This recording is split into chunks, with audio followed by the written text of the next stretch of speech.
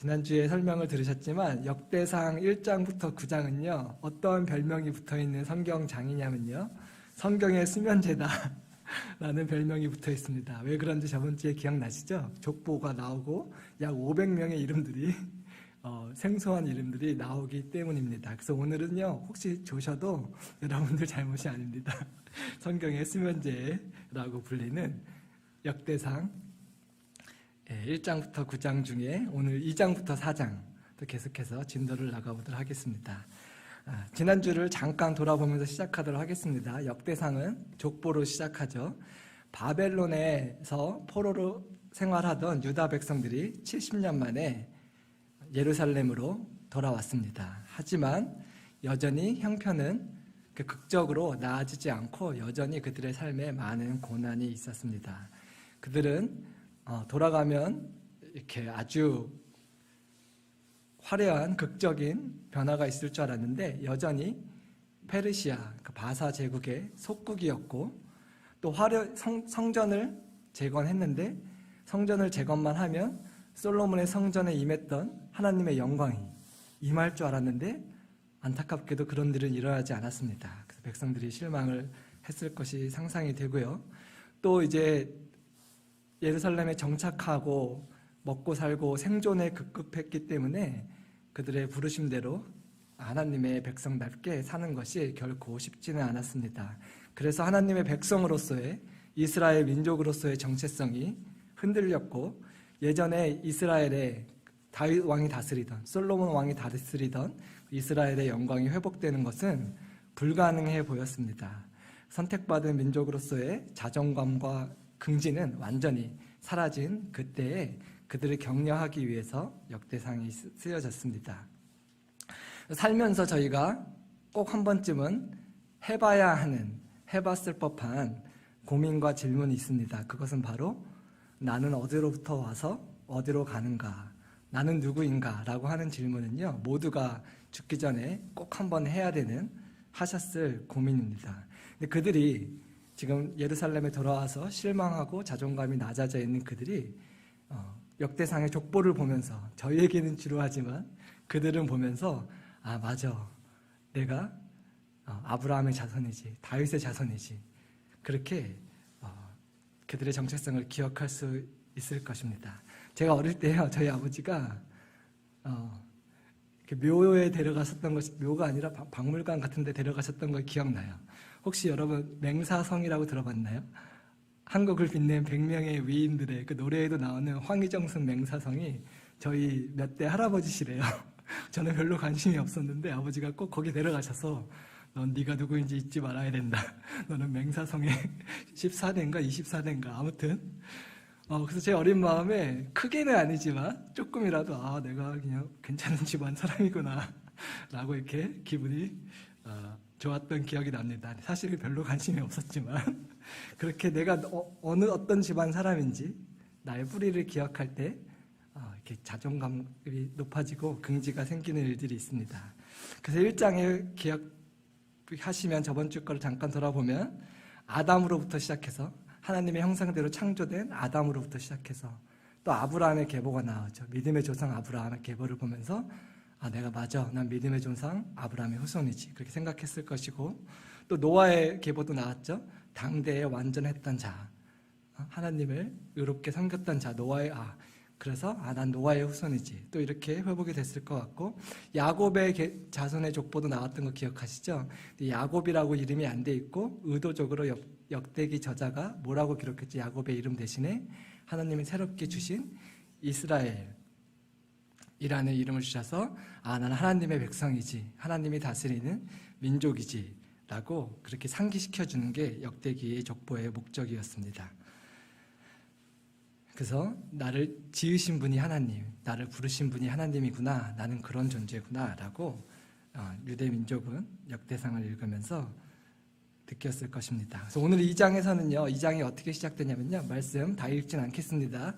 이름들만 나오기 때문에 2장 1절은요, 야곱의 이스라엘의 12아들들의 이름으로 시작됩니다. 이스라엘의 12지파의 이름으로 시작됩니다. 그리고 2장 3절부터 4장 후반부까지 계속해서 유다 지파의 자손들의 야곱의 12지파 중에 유다지파의 자손들의 족보가 나옵니다. 왜냐하면 유다지파가 물론 하나님이 12지파를 다 사랑하시지만 그 중에서 특별히 예수님이 오시는 지파로, 영적인 장자의 지파로 선택받은 지파가 유다지파이기 때문에, 또 다윗 왕이 있는 그 지파이기 때문에 2장부터 4장 거의 3장에 걸쳐서 유다지파의 족보를 소개해주고 있는데, 오늘 그 2장부터 4장을 조금 보도록 하겠습니다. 이 책을 읽는 원독자들은 아까도 말씀드렸듯이 바벨론의 포로 생활에서 들어온 남유다 백성의, 그러니까 유다 지파 사람들이 대부분이었습니다. 그래서 그렇게 내가 하나님의 특별한 은촉을 받은, 선택을 받은 유다 지파의 후손이지라는 자부심이, 또 내가 다윗 왕의 후손이지라는 자부심이 그들이 생겼을 것입니다.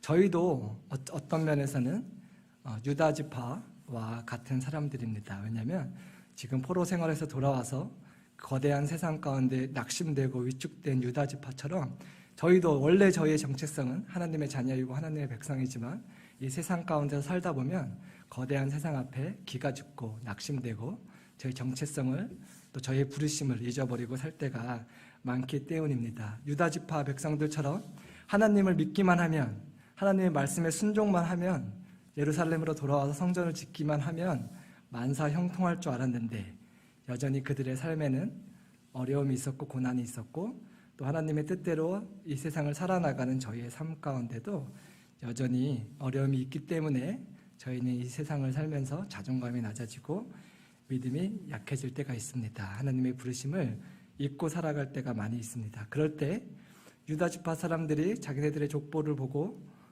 자기네들의 정체성을, 부르심을 기억했던 것처럼 저희도 저희의 족보는 아니지만 이것을 보면서 저희의 믿음의 영적인 족보, 맞아, 나도 믿음으로 아브라함의 자손이지, 나도 예수님의 자녀지, 하나님의 백성이지 라는 것을 오늘 기억하시고, 내가 왕같은 제사장이지, 하나님의 택한 족속이지라고 정체성이 조금이라도 회복되는 오늘 예배가 됐으면 좋겠습니다.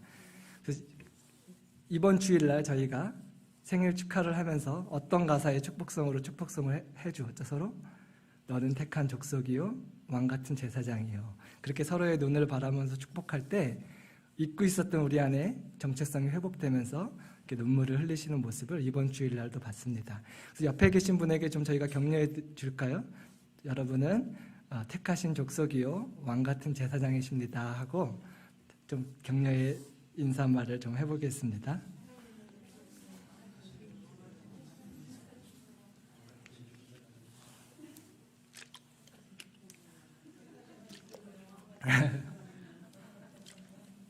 그래서 오늘 2장부터 4장에 유다지파의 12지파 중에 유다지파의 자손들의 이름들이 쭉 나오는데요. 이름만 나오는데 딱 3명은 부연 설명이 나와요. 의도적으로 부연 설명을 한 거겠죠. 수많은 이름들이 나오는 것 중에, 그 중에 저희가 오늘 시간 관계상 2명만 보도록 하겠습니다. 왜 수많은 이름이 나오는 와중에 역대기 기자가 어떠한 의도로, 어떠한 목적을 가지고 유독 2명만은 어떤 사람인지 설명을 해줬는지, 그 2명이 누구냐면요, 아갈과 야베스예요. 아갈과 야베스인데 좀 보도록 하겠습니다. 그래서 유다지파 백성들이 돌아와서 쉽지 않은 인생을 살고 있었다고 말씀드렸는데, 저희는요, 인간은, 사람은 힘들 때 원망할 대상을 찾는 거 아세요? 나를 그래서 원망할 많은 경우에 그 원망이 가까운 애꿎은 가족에게 가거나 배우자에게 가거나, 또 많은 경우에 하나님께 그 화살이 돌아가는 경우가 많이 있습니다. 근데 첫 번째로 나와 있는 이름, 부연 설명이 나와 있는 이름이 아갈이라고 하는 사람인데요. 그 사람에 대해서 왜 설명을 해줬냐면, 너희가 지금 어려움을 겪고 있는 게 하나님 때문이 아니다, 너희의 죄 때문이다 라는 것을 말해주기 위해서 역대상 2장 7절에 보면 말씀을 같이 읽어보도록 하겠습니다. 아갈이라고 하는 자에 대해서 설명을 해주고 있는데, 이 아갈이 누구인지 한번 생각해 보시면서 이 말씀을 같이 읽어보도록 하겠습니다. 지금 인터넷 방송에도 말씀이 나오고 있죠? 네, 감사합니다. 네, 역대상 2장 7절 함께 읽어보도록 하겠습니다. 시작.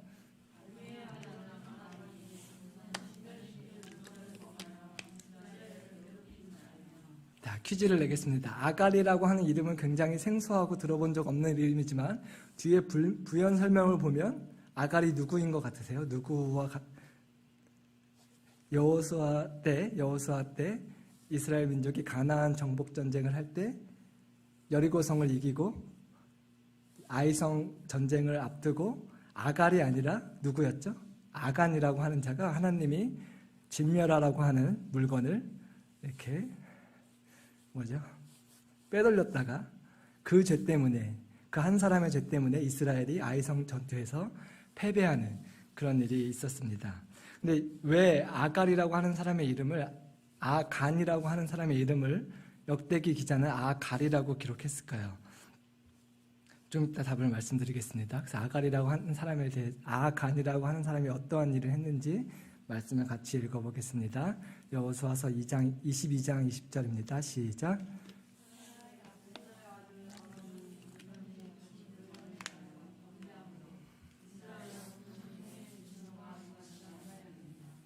그의 죄악으로 멸망한 자가 그 한 사람만이 아니었느니라 하니라. 그래서 제가 방금 말씀드린 것처럼 아간은 하나님께 온전히 바쳐진 그 물건, 하나님께서 진멸하라고 하신 물건을 빼돌리고 욕심을 부렸다가 그 죄 때문에 이스라엘에 하나님의 진도가 임하였던 것을 저희는 기억합니다. 근데 아간을 아갈이라고 말한 게 오타가 아니라요, 일부러 그렇게 말한 거예요. 언어 유의적으로. 왜냐하면 아갈이라는 단어의 뜻은요, 괴롭게 하는 자거든요. 아간이 이스라엘 백성을 괴롭게 했던 것을 기억하라고 별명처럼 괴롭게 하는 자라고 하는 발음이 비슷한 아갈이라고 일부러 말을 한 것이지 오타가 아니라고 합니다. 이스라엘 백성들은 지금 나의 삶이 힘들고 고난이 있는 것에 대해서 하나님에 대해서 원망을 하고 있다가 이 말씀을 보고, 맞아, 우리가 포로로 잡혀갔던 거, 지금 돌아와서 여전히 쉽지 않은 삶을 살고 있던 게 내가 하나님을 탓할 게 아니구나, 나의 죄 때문이구나, 우리 조상의 죄 때문이구나 하고 자신을 돌아보게 될 것이었습니다. 3장은요, 자세히 보지 않고 넘어가겠습니다. 3장은 다윗 왕의 후손들의 족보와 솔로몬 왕의 후손들의 이름들이 쭉 나옵니다. 다윗 왕은 여러분이 잘 아시듯이 이스라엘 민족 중에 왕 중에 가장 위대한 왕이고 하나님의 마음에 합한 왕이었습니다. 다윗 왕이요, 하나님을 너무 사랑해서 하나님을 위해 집을 지어드리겠다고 소원한 적이 있었습니다. 그때 하나님이 뭐라고 대답하셨는지 아세요? No thank you. 너의 마음만 받을게. 네가 나를 위해서 집을 지어주고 싶은 그 마음은 내가 받을게. 근데 네가 나를 위해서 집을 지어주는 게 아니라 내가 너를 위해서 집을 지어줄게. 그 무슨 말이냐면요, 보이는 집을 지어주신다고 말한 게 아니라 너의 가문을 영원한 왕의 가문으로 내 집과 내 나라가 영원할 것이라는 놀라운 언약을 다윗 왕에게 해주었습니다. 그래서 다윗 왕의 자손들의 이름을 보면서 유다 민족들이 다윗 왕의 언약을 기억했을 것입니다. 우리 조상에게 너와 내 집이 영원할 것이라고 약속해 주셨지, 나는 이렇게 놀라운 약속을 받은 다윗 왕의 후손이지 라는 것을 기억하게 하기 위한 목적으로 다윗 왕의 자손들의 이름이 열거되어 있고요. 마찬가지로 저희도 예수님 안에서 저희가 어떠한 약속을 받은 자들인지 기억해야 될 줄로 믿습니다. 지금 비록 저희 인생 가운데 여전히 크고 작은 어려움들이 있지만 기억하시기 바랍니다. 저희는 영원한 하나님의 나라를 상속받을 상속자들입니다. 저희가 이 땅에서 주와 함께 왕노릇할 날이 가까워 오고 있습니다. 중동의 정세가 전면전으로 치달을지 안 치달을지를 모르겠지만 이란이 이스라엘 전쟁에 개입하려고 하는 그런 뉴스들을 보면서 깨어 있으시기 바랍니다. 우리 주님 다시 오실 때가, 우리와 함께 이 땅에서 다스리시려고 돌아오실 때가 가까웠구나 하고 뉴스도 가끔 보시고, 너무 성경만 보시지 마시고 뉴스도 좀 보시고 기도하시는 저희 교회가 됐으면 좋겠습니다. 하나님 나라가 그 어느 때보다 가까이 오고 있습니다. 적어도 어제보다 하루 가까운 거 아세요? 적어도 작년보다 1년 가까웠고 어제보다 하루 가까웠습니다. 또 솔로몬의 자손의 이름에 대해서 3장 후반부에 나옵니다. 솔로몬은요, 여러분들이 잘 아시다시피 밧세바에게서 얻은 아들이죠. 다윗이 범죄에서 얻은, 밧세바로부터 얻은 아들인데요, 그것은 하나님이 기뻐하시지 않는 치명적인 죄고 실수였지만 놀라운 사실은 하나님이 회개했을 때 다윗 왕을 용서해 주셨고 다윗 왕과 밧세바의 관계에서 나온 솔로몬을 하나님이 미워하시는 게 아니라 회개 후에 얻은 아들이기 때문에 하나님이 그를 사랑하셔서 놀랍게도 그의 이름을 여디디야, 하나님께 사랑을 받는 자라는 새로운 정체성, 새로운 이름을 주셨습니다. 그러한 솔로몬 자손의 이름들을 보면서, 족보를 보면서 유다 백성들은 우리가 범죄했지만, 우리가 범죄해서 바벨론의 포로로 잡혀갔었지만 우리가 회개만 하면 하나님은 나를 여전히 사랑하시는구나, 나는 여전히 하나님께 사랑받는 존재이구나 라고 그렇게 기억했을 것입니다. 제가 찾다가 못 찾았는데요, 예전에 유튜브에서 어떤 크리스찬 아버지가 매일 아침 딸을 화장실 거울에 이렇게 안고 서서 매일 아침 그것을 들려주더라고요. 같이 말하게 하더라고요. 나는 사랑받는 자이다, 나는 용서받은 자이다, 나는 용납받은 자이다. 그 세 문장을요, 그렇게 매일 자기 딸에게 상기시켜주는 그런 아버지의 사랑을 봤었습니다. 그래서 여러분 기억하시기 바랍니다. 여러분의 정체성은 하나님께 사랑받는 주의 자녀들인 것을 믿으시기 바랍니다. 4장에서 이제 4장을 보도록 하겠습니다. 계속해서 유다 자손의 이름들이 족보가 나오는데요. 아까 제가 2명의 이름을 특별히 부연 설명이 나와 있는 2명의 이름을 말씀드린다고 했는데 그 중에 한 명이 2장에 나와 있던 아간이고요. 4장에는 여러분들이 잘 아시는, 특별히 한국교회에서 많이 사랑받는 이름입니다. 야베스라고 하는 이름, 야베스의 기도, 다들 들어보셨을 것입니다. 예전에 그 책이 베스트셀러가 되기도 했었는데 저희 역대상 4장 9절에서 10절 말씀 저희 한번 같이 읽어보도록 하겠습니다. 제가 쉬운 새 번역으로 가져왔거든요. 그래서 여러분들이 외우시는 버전과 조금 단어가 다를 수도 있는데 내용은 같기 때문에 함께 같이 읽어보도록 하겠습니다. 시작.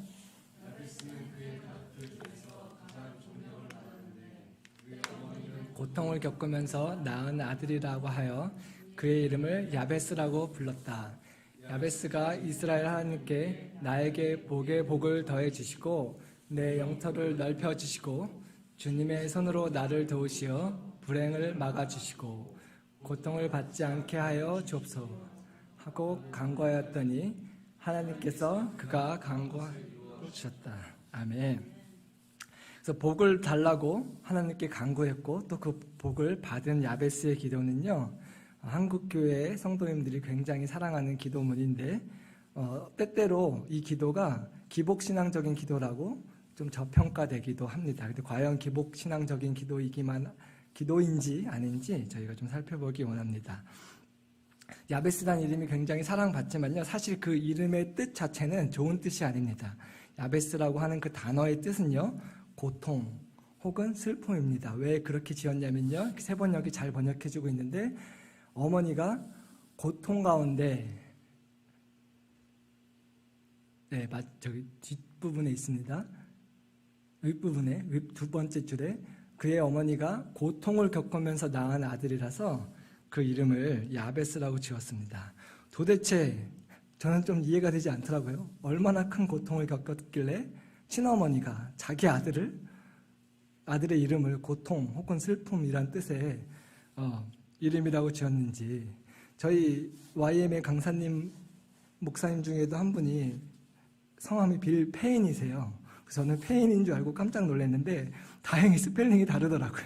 근데 한번 상상을 해보세요. 영어 이름이 페인인데 그 고통이란 이름의 페인이라고 자기 자식의 이름을 짓는 사람은 당연히 없잖아요. 어떠한 고통이었길래 자기 자식의 이름을 그렇게 지었는지 저희는 성경이 말해주고 있지 않기 때문에 상상할 수밖에 없고, 하지만 한 가지 확실한 것은 아주 큰 고통을, 그게 정신적 고통이든 재정적인 고통이든 육체적인 고통이든 큰 고통을 겪었다는 것을 저희가 생각해 볼 수 있습니다. 그래서 안타깝게도 야베스의 정체성은 태어날 때부터 뭐였죠? 나는 우리 어머니를 괴롭게 한 사람, 나는 우리 어머니에게 고통과 슬픔을 준 사람. 그래서 어렸을 때부터 어떤 유년 시절을 보내왔을지 저희가 참 안타깝게 상상을 해볼 수가 있습니다. 마땅히 부모의 기쁨이 되어야 될 존재였는데 안타까운 상황과 환경으로 인해서 잘못된 정체성 속에서 나 때문에 우리 부모님이 힘들어 하시는구나, 이렇게 자책하면서 지나지 않았을까 생각이 됩니다. 저희는 모든 자녀들은 마땅히 부모의 기쁨이 되어야 하는 그 정체성 속에 자라나야 함이 마땅하다고 생각이 됩니다. 그것이 아이들에게 얼마나 큰 기쁨인지 모르겠어요. 제가 오늘 교회를 오는데 수요예배 가려고 현관문을 열고 나왔잖아요. 갑자기 저희 아들이 뛰어나와서 아빠 부르면서 문을 열고 복도로 뛰어나와서 5학년인데 아직도 저한테 90도로 인사를 해요.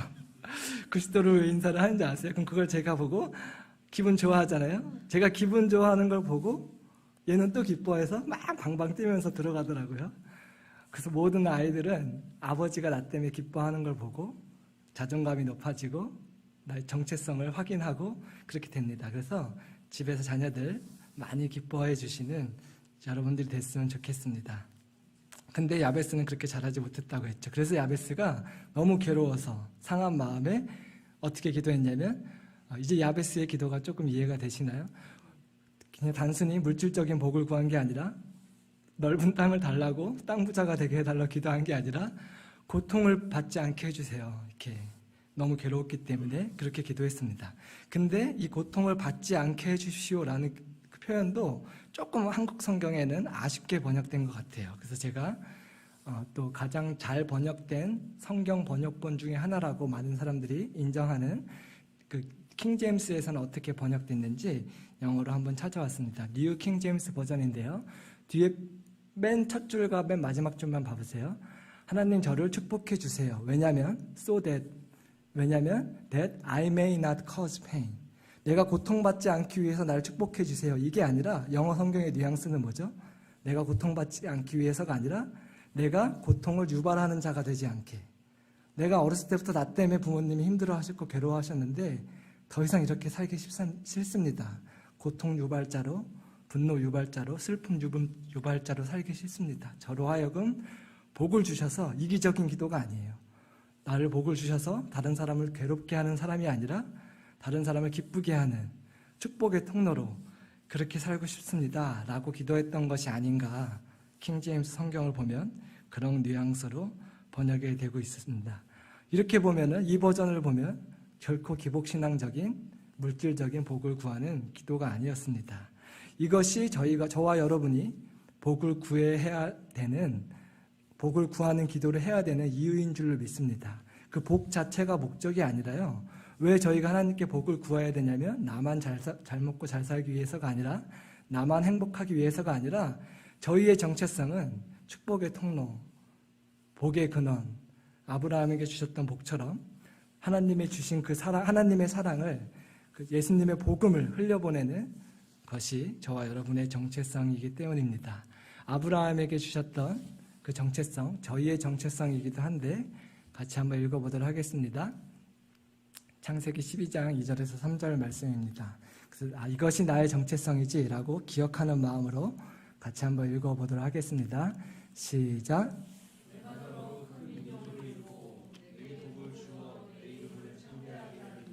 너는 복이 될지라.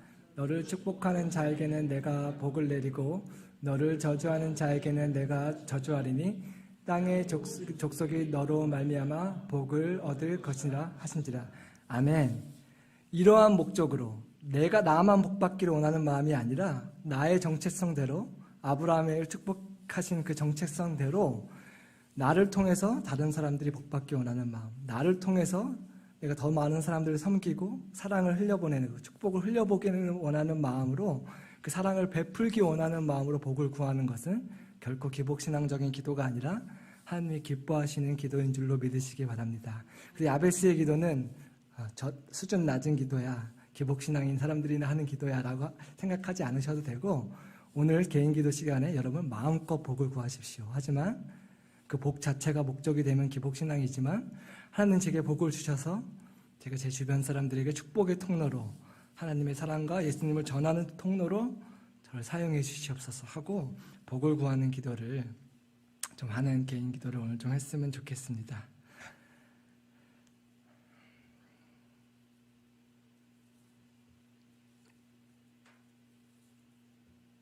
네.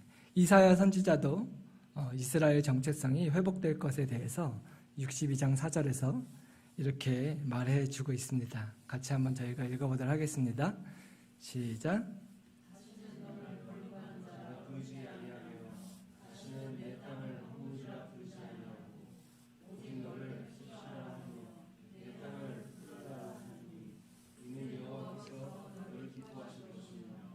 내 땅이 결혼한 것처럼 될 것이는. 아멘. 여러분들의 정체성은 하나님이 기뻐하시는 자, 복의 근원, 축복의 통로인 줄을 믿으시기 바랍니다. 네. 그래서 정리하겠습니다. 오늘 역대기 2장부터 4장에는 유다 지파의 이름들이 쭉 나오는데 그 중에 특별히 2명의 이름에 대해서는 언급이 있어서 저희가 2명의 인물을 봤습니다. 첫 번째 인물은 누구였죠? 이스라엘로 하나님께 진노의 심판을 받게 했던 아간이었습니다. 그래서 아간이 하나님이 진멸하시라고 한 그 물건을 진멸하지 않고 도둑질함으로 말미암아 아이성 전쟁에서 패배했고 이스라엘을 괴롭게 했던 것을 보았습니다. 그래서 적용기도 하실 때 혹시 나는 아간처럼 하나님이 진멸하라고 하신, 손도 대지 말라고 하신 그 죄에 손대고 있는 부분이 있는가? 그래서 그것 때문에 하나님이 그 죄를 손대지 말라고 하신 것은 그 죄가 나의 몸과 마음을 또 우리 가정을 괴롭게 하기 때문인데 혹시 하나님이 손대지 하고 말고 진멸하라고 하신 죄를 끊지 못하고 있는 것이 하나님 있으면 보여달라고 적용기도를 하셨으면 좋겠습니다. 두 번째 사람은 저희가 방금 봤던 야베스입니다. 부모님을 고통스럽게 해서 고통이라는 이름을 가져서 잘못된 정체성 속에 살았던 야베스였지만 하나님께 기도해서 하나님께서 정체성을 완전히 바꿔주셨습니다. 다른 사람을 괴롭게 했던 자에서 이제 다른 사람을 기쁘게 하는 축복의 통로가 되기 위해서 야베스에게 하나님이 복을 주셨던 것을 봤습니다. 그래서 오늘 개인 기도할 때 저희가 야베스와 같은 마음으로 기도하셔서 하나님 제게 복을 달라고 아브라함처럼 저로 말미암아 천하 만민이 복을 얻는 축복의 통로로 저를 사용해 달라고 또 저희 교회를 사용해 달라고 그렇게 기도하셨으면 좋겠습니다. 그래서 오늘 두 가지 적용기도 아간과 야베스를 기억하시면서 적용기도하는 시간, 개인 기도하는 시간 충분히 드리겠습니다.